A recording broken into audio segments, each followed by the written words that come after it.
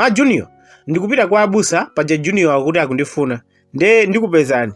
If there is any food, I'll eat later ndikabwera. So, that's it. Anything to say before I go? Anything?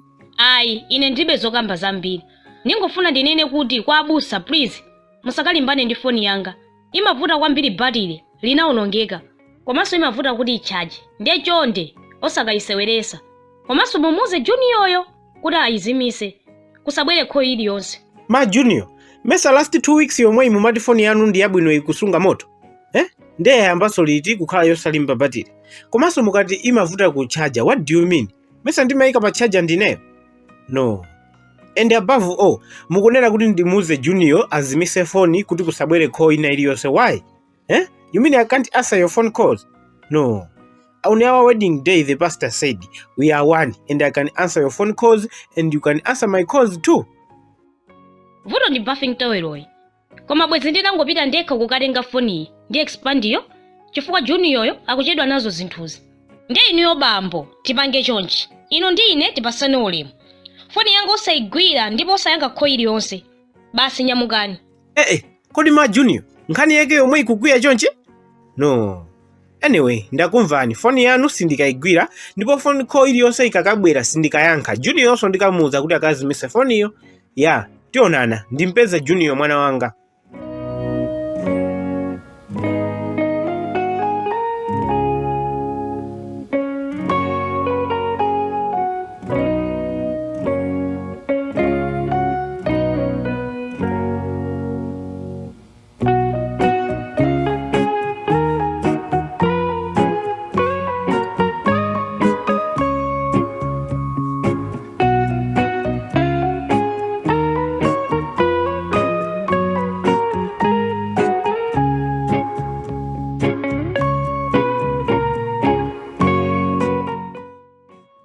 Junior, ndabwera. Umati tikambirane za amayi yako, komanso tione zomwe zili mu phone yawo. Paja umati mapassword apezeka. Ndiye ndafika sopano. Mwaita, mwabwera nthawi yabwino. Koma papa abusa alipo. Ndiyeni tikakhale kumalo kwabwino. Tiyeni kunsiya kuti tikapeze malo a private. Phone ndi ndatenga. Tikaone ma message onse.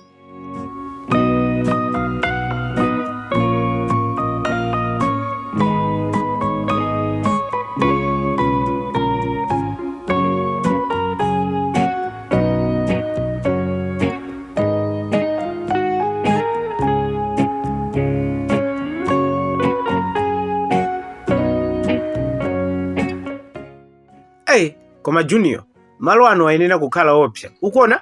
Mitengo, miyala, chani, kunoko kwayenera kukhala njoka, mwina kaya mikango, tipange changu. Tiye tipangeni changu tizipita, malo ano ndi opsa.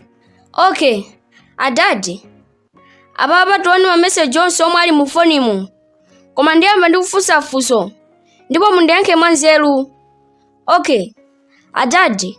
Ndakuyitanani kuno kuti mubwere tidzaone ma message omwe amayi amabisa. So, muyankhe funso ili. Tikapeza ma message osakhala bwino mu phone mu. Tidani? Funso labwino. Ineyo ndisaname Junior. Ndi mmene anandisevera password kuti stupid Blenac. Mmene anandisevera muja. I think titapeza ma message oyipa, ma message osakhala bwino mu phone iyi. Ndithu tikuyenera kupita konko tikapeza amayi yako. Ubwino wake sakuchoka chifukwa choti akukhala mu bathing towel.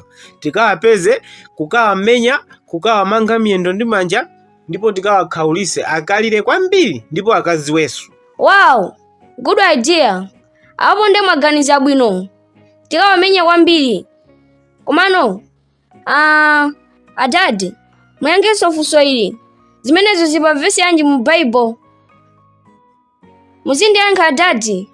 Zipa vesi yanji zokuti mkazi wako akalakwa, umumenye, umumange, umukhaulitse mpaka alire. Zipa vesi yanji.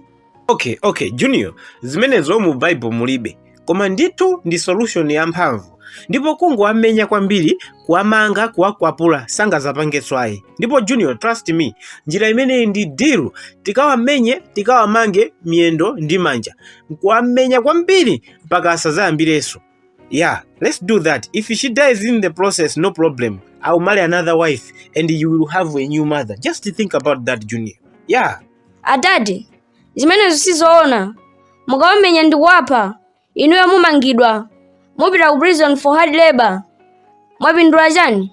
Okay, mudziwe izi, njira iliyonse yogwiritsa ntchito mphamvu pothetsera kukangana imakhala yolakwika. Above all, inuyo ndi amayi, anayamba kuchita zonyansa ndi ndani? Muziyankha. Anayamba kukhala ndi mameseji obisa mu phone ndi ndani? Junior, si nthawi ya mafunso ayi. And by the way, why are you asking me so many questions? Ine ndabwera kuti ndizaone mameseji amene ali mu phone mumu. Wamveti, sindabwerereso zina ayi. Tabweresa phone iyo tione mameseji mu phone imo, kenako ine ndizipita. Ndakuza kuti malo ano ayenera kukhala opsa kwambiri. Kuyenera kukhala zinthu zambiri kunoko nsato chani, kukhoza kukhala njoka zikulu. Mikango ija, njovu, ndi tikuyenera tipange changu tizipita. Tilibe nthawi ya mafunso ayi Junior. Tabweresa phone iyo tionemo. Adadi, mwanena kale kuti mukaona mameseji, mupita mukawamenya mayi yanga, mpaka na mukawapha. Nde ndingapereke dala phone? No, muzikhala serious. Inuyo mumapemphera Bible kuti khululukirana dani anu. Okay, Adadi, one more question. Okay, it's okay. No more questions. I agree and I understand. Ndakhululuka, wamveti. Komano, chifukwa chani anandika password kuti stupid Blenac? How can I be stupid? What have I done to be stupid? Pamenepo ndipo funika kuwamenya, kuwamanga, kuwakwapula, kuwakhaulisa aziwe zonena kuti akusewera ndi munthu olakwika. Nanga andiseveranji stupid Blenac? Am I stupid? Adadi, mwayiwala kuti munaseva kuti fit mu phone yanu? Munaseva kuti fit make Junior. Mwayiwala? Kodi ndi chifukwa chani anthu mumasiya kuona zolakwa zanu ndikuyamba kuona zolakwa zanzanu? No, it's not fair. Apo ndesu kunama. Kodi umakumbukira eti ine ndimaona ngati unayiwalatu. Ndinasevadi kuti mfiti make June nthawi ija yanali kumuzi. Ndinkanena zambirimbiri ndimawanyoza. Ndipo ndakumbukira. Ineso ndinewolakwisa. Ndipo kumunena munthu kuti mfiti ndizowawa kwambiri kuposa kuti akuseve ngati password kuti stupid. Like mene anasevera kuti stupid Blenac. I understand. Zatha sindiwamenyaso ayi. Olo nditapeza mamessage onyasa kwambiri mu phone. I promise sindipanga kena kalikonse. Sindipanga overreact. So let's see the messages. Aka, chifukwa inu muli ndi ma weakness anu, nawo amayi aja ndi ma weakness awo. Inenso ndi nawo ma weakness. We are not angels. So anyway, tiye tione ma message. Yoyamba ndi from Sweet JJ. Akuti, kodi Stella uli kuti? Phone sukuyankha. Kunyanja kuja tipita? Pajatu tikakhalako 5 days. Mwaimva? Ndati tani Adadi? Kunyanja kwake kutiso akukamba apapa kuti. Iwe, mesa amakamba zoti apita ku workshop, ulendo umene taulepheresa ndi wa ku workshop. Mini kuti ndi nthawiso yonera kuti tilepheresesa ulendo wa kunyanja. Ine ndesi ndikumvesesa, ulendo uwu ndi utiwo. Aiso Adadi, amayi aja manama kuti ulendo ndi wa ku workshop, ulendo unali wa kunyanja. Anyway, tuone text ina iso from Sweet JJ. I think my message ose ndi munthu ameneyi. Tirani? Simple. Apapa tipite konko ku nyumba. Wamveti, tikapeza mayako ndi tikauze kuti zonse zimene mukupanga taziwa, kuti kaya kuli Sweet JJ chani zambirimbiri ma message yonse taziwa ndipo mwayaluka. Ndi tikalankhule mpaka nakapepesi nkhani ikathire pamenepo. Ukuona bwanji wewe? Aiso, tipangeza kuti Sweet JJ amene tikumane naye. Apapa tizimuyankha ma text yakewa ngati kuti ndife amayi aja. Kena kutilembe kuti bwera kwathu amuna anga achoka. Kena kwa ife kumudikira bwereka.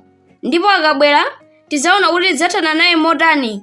Apapa tilembe text yokuti I miss you my Sweet JJ. Tadikira ndilembe.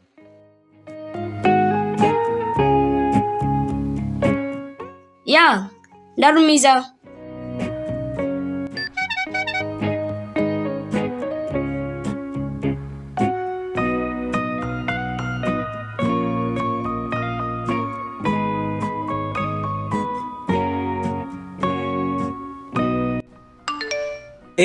Taona.